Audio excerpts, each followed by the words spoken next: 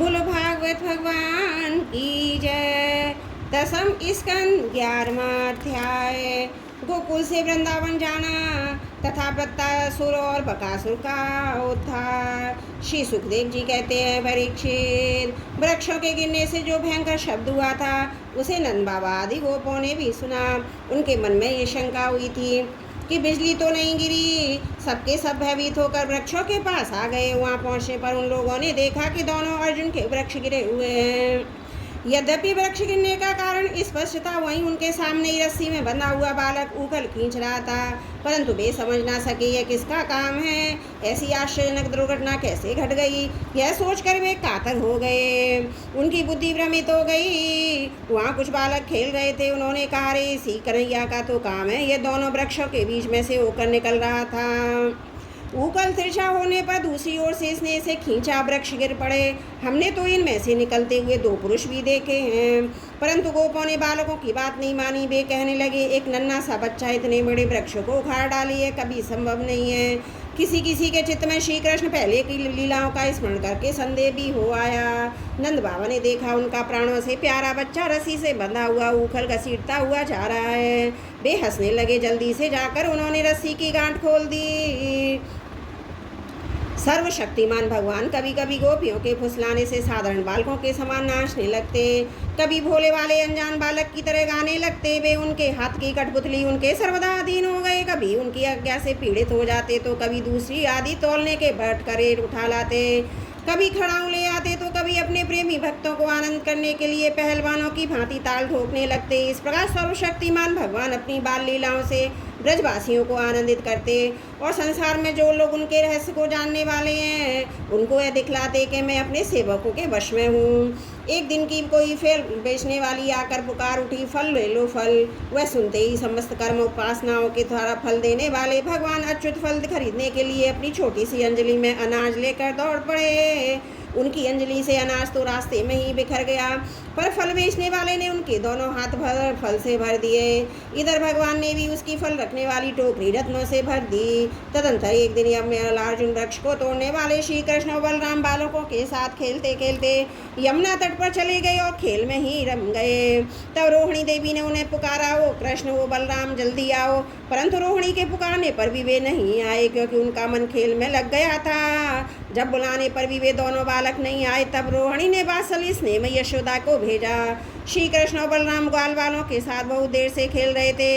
यशोदा जी ने जाकर उन्हें पुकारा। उस समय पुत्र के प्रति वात्सल्य स्नेह के कारण उनके स्तनों से दूध चचुआ रहा था। जोर से पुकारने लगी, मेरे प्यारे कन्हैया ओ कृष्ण कमल ने श्याम सुंदर बेटा आओ, अपनी माँ का दूध पी लो। खेलते खेलते थक गए होंगे बेटा, अब बस करो। देखो तो सही, तुम भूख से दुबले हो रहे हो। मेरे प्यारे बेटा राम, तुम तो समूचे कुल को आनंद देने वाले हो। अपने छोटे भाई को लेकर जल्दी से आ जाओ। तो देखो भाई, आज तुमने बहुत से सवेरे कलयुग नहीं किया, अब तो तुम्हें कुछ खाना चाहिए। बेटा बलराम ब्रजराज भोजन करने के लिए बैठ गए। बहुत अभी तक तुम्हारी बाट देख रहे थे। आओ अब हमें आनंदित करो। बालको, अब तुम लोग भी अपने अपने घर आओ। बेटा देखो तो सही, तुम्हारा एक एक अंग धूल से लथपथ हो रहा है। आओ जल्दी से स्नान कर लो, आज तुम्हारा जन्म नक्षत्र है। पवित्र होकर ब्राह्मणों को गोदा ना करो। देखो देखो तुम्हारे साथियों को उनकी माताओं ने नहला धुला कर मीच पहुँच कर कैसे सुंदर सुंदर गहने पहना दिए हैं। अब तुम भी नहा धोकर खा पी कर पहन ओढ़ कर तब खेलना। परीक्षित राजमा वह माता यशोदा का संपूर्ण मन प्राण प्रेम बंधन से बंधा हुआ था। बेचराचर जगत के शिरोमणि भगवान को अपना पुत्र समझती और इस प्रकार कहकर हाथ से बलराम तथा दूसरे हाथ से श्री कृष्ण को पकड़कर अपने घर ले आई। इसके बाद उन्होंने पुत्र के मंगल के लिए जो करना था अब बड़े प्रेम से किया। नंद बाबा आदि बूढ़े बूढ़े लोगों को ने देखा, महावन में तो बड़े बड़े उत्पात होने लगे हैं। तब वे लोग इकट्ठे होकर अब ब्रजवासियों को क्या करना चाहिए इस विषय पर विचार करने लगे। उनमें से एक गोप का था उपनंद। वे अवस्था में तो पड़े थे ही, ज्ञान भी में बड़े थे। उन्हें इस बात का पता था कि किस समय किस स्थान पर किस वस्तु से कैसा व्यवहार करना चाहिए। साथ ही वे उस समय चाहते कि राम और श्याम सुखी रहें, उन पर कोई विपत्ति ना आए। उन्होंने कहा, भाइयों अब यहाँ ऐसे बड़े बड़े उत्पात होने लगे हैं जो बच्चों के लिए तो बहुत ही अनिष्टकारी हैं। इसलिए यदि हम लोग गोकुल और गोकुलवासियों का भला चाहते हैं तो हमें यहाँ से अपना डेरा डंडा उठाकर कूच कर लेना चाहिए। देखो ये सामने बैठा हुआ है नंदराय का लाडला। सबसे पहले तो बच्चों के लिए काल सर्वपुणी हत्यारी पूतना के चंगुल से किसी प्रकार छूटा।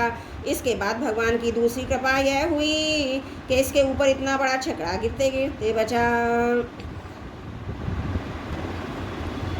बवंडर रूपधारी दैत्य ने तो इसे आकाश में ले जाकर बड़ी भारी विपत्ति मृत्यु के मुख में ही डाल दिया था। परंतु वहां से जब वह चट्टान पर गिरा तब भी हमारे कुल के देवेश्वरों ने इस बालक की रक्षा की। यमलारुजन वृक्षों के गिरने के समय उनके बीच में आकर भी यह था, कोई बालक ना मरा। इससे भी यही समझना चाहिए कि भगवान हमारी रक्षा की है।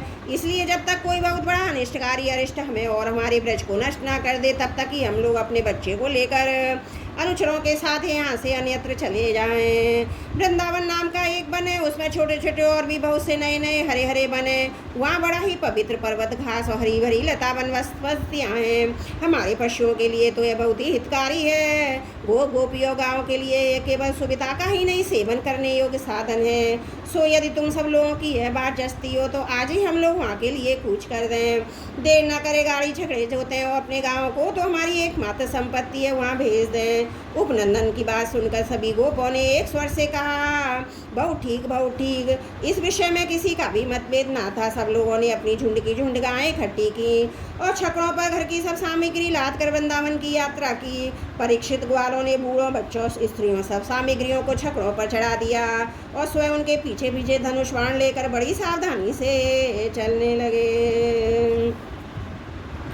उन्होंने गौ बछड़ों को तो सबसे आगे कर लिया। उनके पीछे पीछे सिंगी और तुरई जोर जोर से बजाते हुए चले। उनके साथ ही साथ पुरोहित लोग भी चल रहे थे। गोपियां अपने वक्षस्थल पर नई केसर लगाकर सुंदर सुंदर वस्त्र पहनकर गले में सोने के हार धारण किए हुए रथों पर सवार हो रही। बड़े आनंद से भगवान श्री कृष्ण की लीलाओं के गीत गाती जाती थी। यशोदा रानी और रोहिणी जी भी वैसे ही सज धज कर अपने अपने प्यारे पुत्र श्री कृष्ण और बलराम के साथ एक छकड़े पर शोभामान हो रही थी। वे अपने दोनों बालकों की तोतली बोली सुन सुनकर भी अघाती ना थी और सुनना चाहती थी। वृंदावन बड़ा ही सुंदर वन है, चाहे कोई भी ऋतु है वहाँ सुख ही सुख है। उसमें प्रवेश करके ग्वालों ने अपने छकड़ों को अर्धचंद्राकार मंडल बांध कर खड़ा कर दिया। अपने गोधन के रहने योग्य स्थान बना लिया। परीक्षित, वृंदावन का हरा भरा वन, अत्यंत मनोहर गोवर्धन पर्वत और यमुना नदी के सुंदर सुंदर पुलिनों को देखकर भगवान श्री कृष्ण बलराम जी के हृदय में उत्तम प्रीति का उदय हुआ। राम और श्याम दोनों ही अपनी तोतली बोली अत्यंत मधुर बालोचित लीलाओं से गोकुल की तरह वृंदावन में भी ब्रजवासियों को आनंद देते रहे। थोड़े ही दिनों में समय आने पर वे बछड़े चराने लगे। दूसरे ग्वाल वालों के साथ खेलने के लिए बहुत सी सामग्री लेकर वे घर से निकल पड़ते और गोष्ठ गांव के रहने के लिए स्थान वे साथ ही अपने बछड़ों को चराते। श्याम और राम कहीं बांसुरी बजा रहे हैं तो कहीं गुलेल या ढेलवास से ढेले और गोलियां फेंक रहे हैं। किसी समय अपने पैरों के घुंघरू पर तान छेड़ रहे हैं तो कहीं बनावटी गाय और बैल बनकर खेल रहे हैं। एक ओर देखिए तो सांड बन बनकर हकड़ने पर लड़ रहे हैं और दूसरी ओर मोर, कोयल, बंदर आदि पशु पक्षियों की बोलियां निकाल रहे हैं। परीक्षित, इस प्रकार सर्वशक्तिमान भगवान साधारण बालकों के समान खेलते रहते। एक दिन की बात है, श्याम और बलराम अपने प्रेमी सखा ग्वाल बालों के साथ यमुना तट पर बछड़े चरा रहे थे। उसी समय उन्हें मारने की नियत से एक दैत्य आया। भगवान ने देखा वह बनावटी बछड़े का रूप धारण कर बछड़ों के झुंड में मिल गया है। वे आंखों के इशारे से बलराम जी को दिखाते और धीरे धीरे उसके पास पहुंच गए। उस समय ऐसा जान पड़ता था मानो वे दैत्य को तो पहचानते नहीं, पर इस हट्टे कट्टे सुंदर बछड़े पर मुग्ध हो गए। भगवान श्री कृष्ण के पूंछ के साथ उसके दोनों पिछले पैर पकड़कर आकाश में घुमाया और मर जाने पर कैथ के वृक्ष पर पटक दिया है। उसका लंबा तगड़ा दैत्य शरीर बहुत से कैथ के वृक्षों को गिराकर स्वयं भी गिर पड़ा। यह देखकर ग्वाल वालों के आश्चर्य की सीमा न रही। वे वाह वाह करके प्यारे कन्हैया की प्रशंसा करने लगे। देवता भी बड़े आनंद से फूलों की वर्षा करने लगे। परीक्षित, जो सारे लोगों के एकमात्र रक्षक हैं, वे ही श्याम बलराम और वत्स बाल बछड़ों के चरवाहे बने हुए हैं। वे तड़ते ही उठकर कलेवे की सामग्री ले लेते, बछड़ों को चराते हुए वन से दूसरे वन में घुमा करते। एक दिन की बात है, सब ग्वाल वाल अपने झुंड के झुंड बछड़ों को पानी पिलाने के लिए जलाशय के तट पर ले गए। उन्होंने पहले बछड़ों को जल पिलाया, फिर स्वयं भी पी लिया। ग्वाल वालों ने देखा वहाँ एक बहुत बड़ा जीव बैठा हुआ है। वो ऐसा मालूम पड़ता था मानो इंद्र के वज्र से कटकर कोई पहाड़ का टुकड़ा गिर गया हो। ग्वाल बाल उसे देखकर डर गए। वह बक नाम का एक बड़ा भारी असुर था जो बगुले का रूप धर के यहाँ आया था। उसकी चोंच बड़ी तीखी थी और स्वयं बड़ा बलवान था। उसने झपट कर श्री कृष्ण को निगल लिया। जब बलराम आदि बालकों ने देखा यह बड़ा भारी बगुला श्री कृष्ण को निगल गया, तब उनकी वही गति हुई जो प्राण निकल जाने पर इंद्रियों की होती है। वे अचेत हो गए। परीक्षित, श्री कृष्ण लोक पिता में ब्रह्मा के भी पिता हैं। वे लीला से ही गोपाल बालक बने हुए हैं। जब वे बगुले के तालू के नीचे पहुंचे तब वे उनके आग के समान उसका तालू जलाने लगे। अतः उस दैत्य ने श्री कृष्ण के शरीर पर बिना किसी प्रकार का घाव किए ही झटपट उन्हें उगल दिया और फिर बड़े क्रोध से अपनी कठोर चोंच से उन पर चोट करने के लिए टूट पड़ा।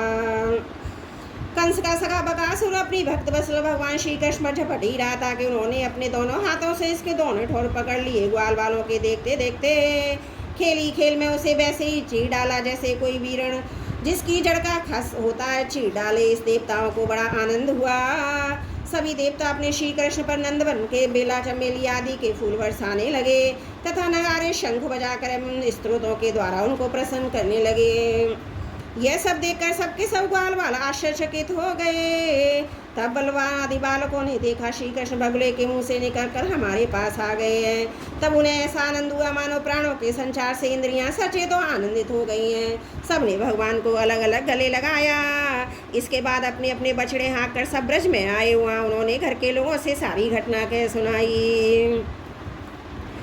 परीक्षित, बकासुर के वध की घटना सुनकर सबके सब गोपी गोपाश्चर्यचकित हो गए। उन्हें ऐसा जान पड़ा जैसे कन्हैया साक्षात मृत्यु के मुख से ही लौटे हों।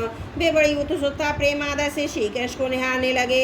उनके नेत्रों की प्यास बढ़ती ही जाती थी, किसी प्रकार उन्हें तृप्ति न होती थी। वे आपस में कहने लगे, हाय हाय, यह कितने आश्चर्य की बात है। इस बालक को कई बार मृत्यु के मुँह में जाना पड़ा, परंतु जिन्होंने इसका अनिष्ट करना चाहा उन्हीं का अनिष्ट हुआ, क्योंकि उन्होंने पहले से दूसरों का अनिष्ट किया था।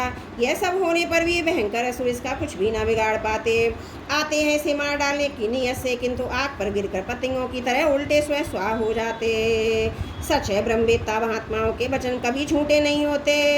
देखो ना, महात्मा गर्गाचार्य जी ने जितनी बातें कही थी सबकी सब 16 आने ठीक उतर रही हैं।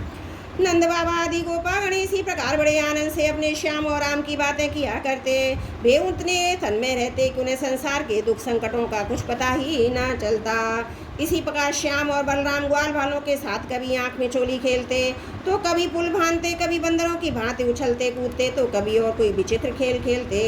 इस प्रकार बालोचित खेलों से उन दोनों ने ब्रज में अपनी बाल्य अवस्था व्यतीत की। बोलो भागवत भगवान की जय। दसम स्कंद 11वां अध्याय समाप्त। त्रुटियों के लिए क्षमा प्रार्थी हूँ। बोलो भागवत भगवान की जय। दसम स्कंद 12वां अध्याय अघासुर का उद्धार। श्री सुखदेव जी कहते हैं, परीक्षित, एक दिन नंदनवन श्याम सुंदर वन में ही कलेवा करने के विचार से बड़े तड़के उठ गए और सिंगी बाजी के मधुर मनोहर ध्वनि से अपने साथी ग्वाल वालों को मन की बात बनाते हुए जगाया। बछड़ों को आगे करके बेर ब्रज मंडल से निकल पड़े। श्री कृष्ण के साथ ही उनके प्रेमी सहस्त्रों ग्वाल वाल सुंदर छींके वैद सिंगी बांसुरी लेकर तथा अपने सहस्त्रों बछड़ों को आगे करके बड़ी प्रसन्नता से अपने अपने घरों में चल पड़े। उन्होंने श्री कृष्ण के अगणित बछड़ों में अपने अपने बछड़े मिला दिए। स्थान स्थान पर बालोचित खेल खेलते हुए विचरने लगे। यद्यपि सबके सब ग्वाल बाल कांच, घुंघरी, मणि और सुवर्ण के गहने पहने हुए थे, फिर भी उन्होंने वृंदावन के लाल पीले हरे फलों से, नई नई कोपलों से, गुच्छों से, रंग बिरंगे फूलों, मोर पंखों से तथा गेरू आदि रंगीन धातुओं से अपने को सजा दिया। कोई किसी का छींका चुरा लेता तो कोई किसी की बैत या बांसुरी। जब तक उन वस्तुओं के स्वामियों को पता चलता तब तक उन्हें लेने वाला किसी दूसरे के पास दूर फेंक देता। दूसरा तीसरे के और तीसरा और भी दूर चौथे को फेंकता। फिर वे हंसते हुए न लौटा देते। यदि श्याम सुंदर श्री कृष्ण वन की शोभा देखने के लिए कुछ आगे बढ़ जाते तो पहले मैं छूँगा, पहले मैं छूँगा। इस प्रकार आपस में होड़ लगाकर सबके सब उनकी ओर दौड़ पड़ते। उन्हें छू छू कर आनंद मग्न हो जाते। कोई बांसुरी बजा रहा है तो कोई सिंगी की फूंक रहा है, कोई कोई भौरा के साथ गुनगुना रहे हैं, तो बहुत से कोयलों के स्वर में स्वर मिलाकर कुहू कुहू कर रहे हैं। एक और कुछ ग्वाल वाला आकाश में उड़ते हुए पक्षियों की छाया के साथ दौड़ रहे थे, तो दूसरी ओर कुछ हंसों की चाल की नकल करते हुए उनके साथ सुंदर गति से चल रहे हैं। कोई बगुले के पास उसी के समान आंखें मूंद कर बैठ रहे हैं, तो कोई मोरों को नाचते हुए दुनी की तरह नाच रहे हैं, कोई कोई बंदरों की पूंछ पकड़कर खींच रहे हैं, तो दूसरे उनके साथ इस पेड़ से इस पेड़ पर चढ़ रहे हैं, कोई कोई उनके साथ मुंह बना रहे हैं, तो दूसरे उनके साथ एक डाल से दूसरी डाल पर छलांग मार रहे हैं।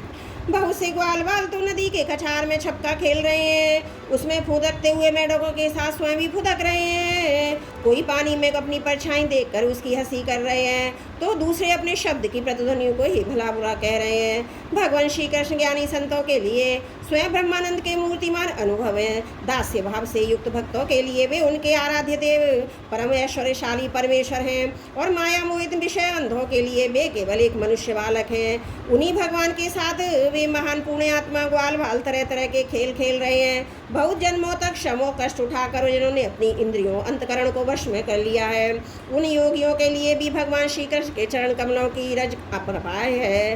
बड़ी वही भगवान स्वयं जिन ब्रजवासी ग्वाल बालों की आंखों के सामने रहकर सदा खेल खेलते हैं, उनके सौभाग्य की महिमा इससे अधिक क्या कही जाए। परीक्षित, इसी समय अघासुर नाम का एक मान दैत्य आदम का उससे श्री कृष्ण ग्वाल बालों की सुखमयी क्रीड़ा देखी न गई। उसके हृदय में जलन होने लगी। वह इतना भयंकर था कि अमृत पान करके अमर हुआ देवता भी उससे अपने जीवन की रक्षा करने के लिए चिंतित रहता करते हैं। इस बात की बाट देखते देखते थे किसी प्रकार से उनकी मृत्यु का अवसर आ जाए। अगासुर पूतना बकासुर का छोटा भाई तथा कंस का भेजा हुआ था, वह श्री कृष्ण श्रीदामा आदि ग्वाल वालों को देखकर मन में ही मन सोचने लगा, यही मेरे सगे भाई और बहन को मारने वाला है, इसलिए आज मैं इन ग्वाल वालों के साथ इसे मार डालूंगा। जब ये संबर कर मेरे उन दोनों भाई बहनों के मृत पदार्थों की तिलांजलि बन जाएंगे, तब ब्रजवासी अपने आप मेरे जैसे ही मरे जाएंगे। संतानी प्राणियों के प्राण हैं, जब प्राण ही न रहेंगे तब शरीर रहेगा। उसकी मृत्यु से ब्रजवासी अपने आप पर मर जाएंगे। ऐसा निश्चय करके वह दुष्ट दैत्य अजगर का रूप धारण कर मार्ग में लेट गया। उसका यह अजगर शरीर एक योजन लंबे बड़े पर्वत के समान विशाल और मोटा था। वह बहुत ही अद्भुत था। उसकी नीयत सब बालकों को निगल जाने की थी, इसलिए उसने गुफा के सामने अपना बहुत बड़ा मुंह फाड़ रखा था। उसका नीचे का होठ पृथ्वी से और ऊपर का होठ बादलों से लग रहा था। उसके जबड़े कंदराओं के समान थे। दाढ़ों पर्वत के शिखर भी जान पड़ती थी। मुंह के भीतर घोर अंधकार था। अजीब एक चौड़ी लाल सड़क सी दिखाई देती थी।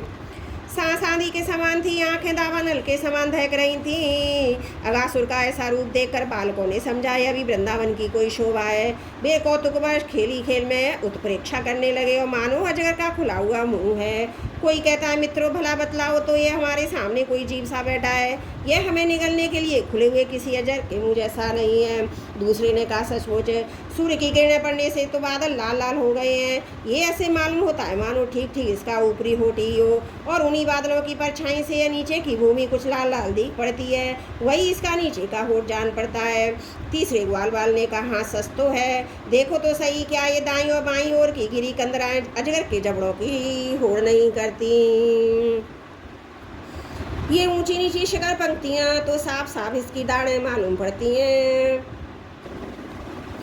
चौथे ने कहा अरे भाई ये लंबी लंबी सड़कें जो ठीक अजगर की जीभ सही की मालूम पड़ती हैं। इन गिरीशंकों के बीच का अंधकार तो इसके मुंह के भीतरी भाग को भी मात करता है। किसी दूसरे ग्वाल बाल ने कहा देखो देखो ऐसा जान पड़ता है कि कहीं इधर जंगल में आग लगी है, इसी से यह गर्म और तीखी हवा आ रही है। परंतु अजगर की सांस के साथ इसका क्या ही मेल बैठ गया, और उसी आग से जले हुए प्राणियों की दुर्गंध ऐसी जान पड़ती मानो अजगर के पेट में मरे हुए जीवों की मांस की दुर्गंध हो। तब उन्हीं में से एक ने कहा यदि हम लोग इसके मुंह में घुस जाएं तो क्या ये हमें निकल जाएगा। अजी ये क्या निकलेगा, कहीं ऐसा करने की ठिठाई की तो एक क्षण में भी बकासुर के समान नष्ट हो जाएगा। हमारा यह कन्हैया इसको छोड़ेगा थोड़े ही। इस प्रकार कहते हुए भी ग्वाल बाल बकासुर को मारने वाले श्री कृष्ण सुंदर मुख देखते और ताली पीट पीट कर हंसते हुए अगासुर के मुंह में घुस गए। उन अनजान बच्चों की आपस में हुई भ्रमपूर्ण बातें सुनकर भगवान श्री कृष्ण ने सोचा अरे इन्हें तो सच्चा सर्प भी झूठा प्रतीत होता है। परीक्षित, भगवान श्री कृष्ण जान गए यह राक्षस है, भला उनसे क्या छिपा रहता, वे तो समस्त प्राणियों के हृदय में ही निवास करते हैं। अब उन्होंने यह निश्चय किया कि अपने सखा ग्वाल वालों को उसके मुंह में जाने से बचा लें। भगवान इस प्रकार सोच ही रहे थे कि सबके सब ग्वाल बाल बछड़ों के साथ उस असुर के पेट में चले गए, परंतु अगासुर ने अभी उन्हें निकला नहीं। इसका कारण यह था कि अगासुर अपने भाई बकासुर और बहन पूतना के वध की याद करके उसकी बात की बाट जो रहा था। उनको मारने वाले श्री कृष्ण मुँह में आ जाएं, तब सबको एक साथ ही निकल जाऊं। भगवान श्री कृष्ण सबको अभय देने वाले जब उन्होंने देखा कि ये बेचारे ग्वाल वाल जिनका एकमात्र रक्षक मैं ही हूँ मेरे हाथ से निकल गए और जैसे कोई तिनका उड़कर आग में गिर पड़े, वैसे ही अपने आप मृत्यु रूप अगासुर की जठराग्नि के ग्रास बन गए। तब देव की इस विचित्र लीला पर भगवान को बड़ा विस्मय हुआ और उनका हृदय दया से द्रवित हो गया। वे सोचने लगे, अब मुझे क्या करना चाहिए? ऐसा कौन सा उपाय है जिससे इस दुष्ट की मृत्यु हो जाए, इन संत स्वभाव वाले बालों की हत्या भी ना हो? ये दोनों काम कैसे हो सकते हैं? परीक्षित, भगवान श्री कृष्ण भूत भविष्य वर्तमान सबको प्रत्यक्ष देखने रहते थे। उनके लिए उपाय जानना कोई कठिन न था। वे अपना कर्तव्य निश्चय करके स्वयं उनके मुख में घुस गए। उस समय बादलों में छिपे हुए देवता भयवश हाय हाय पुकार उठे और अगासुर के हितैषी कंस आदि राक्षस हर्ष प्रकट करने लगे। अगासुर बछड़ों ग्वाल वालों के सहित भगवान श्री कृष्ण को अपनी डाढ़ों में चबाकर चूर चूर कर डलना चाहता था, परंतु उसी समय अविनाशी श्री कृष्ण ने देवताओं की हाय हाय सुनकर उनके गले अपने शरीर को बड़ी फुर्ती से बढ़ा लिया। इसके बाद भगवान ने अपने शरीर को इतना बढ़ा लिया कि उसका गला ही रुध गया, आंखें फट गईं। वह व्याकुल होकर बहुत ही झटपटाने लगा, सांस रुककर सारे शरीर में भर गई और अंत में उसके प्राण ब्रह्मरंध्र फोड़कर निकल गए। उसी मार्ग से प्राणों के साथ उसकी सारी इंद्रियां भी शरीर से बाहर हो गईं। उसी समय भगवान मुकुंद ने अपनी अमृतमयी दृष्टि से मरे हुए बछड़ों ग्वाल वालों को जला दिया। उन सबको साथ लेकर वे अगासुर के मुंह से बाहर निकल आए। उस अजगर के स्थूल शरीर से एक अद्भुत और महान ज्योति निकली। उस समय उस ज्योति के प्रकाश से 10 दिशाएं प्रज्वलित हो गईं। वह थोड़ी देर तक तो आकाश में स्थित होकर भगवान के निकलने की प्रतीक्षा करती रही। जब वे बाहर निकल आए तब वह उस देवताओं के देखते देखते उन्होंने उसी में समा गई। उस समय देवताओं ने फूलों की वर्षा कर, अप्सराओं ने नाच कर, गंधर्वों ने गाकर, विद्याधरों ने बाजे बजाकर, ब्राह्मणों ने स्तुति पाठ कर, पार्षदों ने जय जयकार के नारे लगाकर बड़े आनंद से भगवान श्री कृष्ण का अभिनंदन किया। क्योंकि भगवान श्री कृष्ण ने अगासुर को मारकर उन सबका बहुत बड़ा काम किया था। उन अद्भुत स्थितियों, सुंदर बाजों, मंगलमय गीतों, जय जयकार और आनंद उत्सव की मंगल ध्वनि ब्रह्मलोक के पास पहुंच गई। जब ब्रह्मा जी ने यह ध्वनि सुनी तब वे बहुत ही शीघ्र ही अपने वाहन पर चढ़कर वहाँ आए। भगवान श्री कृष्ण की यह महिमा देखकर आश्चर्यचकित हो गए। परीक्षित, जब वृंदावन में अजगर का वह चाम सूख गया तो वह ब्रजवासियों के लिए बहुत दिनों तक खेलने की अद्भुत गुफा सी बन गई। यह तो भगवान ने अपने ग्वाल वालों को मृत्यु के मुख से बचाया था, अगासुर को मोक्ष दान किया था। यह लीला भगवान ने अपनी कुमार अवस्था में अर्थात 5वें वर्ष में ही की थी। ग्वाल वालों ने उसे उसी समय देखा भी था, परंतु पौखंड अवस्था अर्थात 6ठे वर्ष में अत्यंत आश्चर्यचकित होकर ब्रज में उसका वर्णन किया। अगासुर मूर्तिमान अघ पापी था। भगवान के स्पर्श मात्र से उसके सारे पाप धुल गए। उसे इस सारूप्य मुक्ति की प्राप्ति हुई जो पापियों को भी नहीं मिल सकती। परंतु यह कोई आश्चर्य की बात नहीं है, क्योंकि मनुष्य बालक की सी लीला रचने वाली यही परम पुरुष परमात्मा है, जो व्यक्त अव्यक्त कार्य कारण रूप समस्त जगत के एकमात्र विधाता है। भगवान श्री कृष्ण के किसी अंग की भाव निवृत्ति प्रतिमा यदि ध्यान के द्वारा एक बारी हृदय में बैठा ली जाए तो वैसा लोक के सामीप्य आदि गति का दान करती है जो भगवान के बड़े बड़े भक्तों को मिलती है। भगवान आत्मानंद नित्य साक्षात्कार स्वरूप है। माया उनके पास तक नहीं फटक पाती। वे ही स्वयं अघासुर के शरीर में प्रवेश कर गए। क्या अब भी उसकी सदगति के विषय में कोई संदेह है? सूची कहते हैं शौनक आदि ऋषियों, यदुवंश शिरोमणि भगवान श्री कृष्ण ने ही राजा परीक्षित को जीवन दान दिया था। जिन्होंने अपने रक्षक और जीवन सर्वस्व का विचित्र चरित्र सुना तब उन्होंने श्री सुखदेव जी महाराज से उन्हीं की पवित्र लीला के संबंध में प्रश्न किया। इसका कारण यह था कि भगवान की अमृतमयी लीला ने परीक्षित के चित्त को अपने वश में कर लिया। राजा परीक्षित ने पूछा, भगवान आपने क्या? ये ग्वाल वालों ने भगवान की 5वें वर्ष की लीला ब्रज में 6ठे वर्ष में जाकर कही। अब इस विषय में आप कृपा करके यह बतलाइए कि एक समय की लीला दूसरे समय में वर्तमान कालीन कैसे हो सकती है। महायोगी गुरुदेव, मुझे इस आश्चर्यपूर्ण रहस्यों के जानने के लिए बड़ा कौतूहल हो रहा है। आप कृपा करके बतलाइए। अवश्य इसमें भगवान श्री कृष्ण की विचित्र घटनाओं को घटित करने वाली माया का कुछ न कुछ काम होगा, क्योंकि और किसी प्रकार ऐसा नहीं हो सकता। गुरुदेव, यद्यपि क्षत्रियोचित धर्म ब्राह्मण सेवा से विमुख होने के कारण मैं अपराधी नाम मात्र का क्षत्रिय हूँ, तथापि यहाँ हमारा अहोभाग्य भाग्य है कि हम आपके मुखारविंद से निरंतर झरते हुए परम पवित्र मधुमय श्री कृष्ण लीला अमृत का बार बार पान कर रहे हैं। सूर्य जी कहते हैं, भगवान के परम प्रेमी भक्तों में श्रेष्ठ शौनक जी, जब राजा परीक्षित ने इस प्रकार प्रश्न किया तब श्री सुखदेव जी को भगवान की यह लीला स्मरण हो आई। उनकी समस्त इंद्रियां अंतकरण विवश होकर भगवान की नित्य लीला में खिंच गए।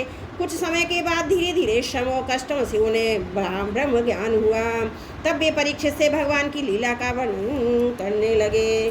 बोलो भागवत भगवान की जय। 10वां स्कंद 12वां अध्याय समाप्त।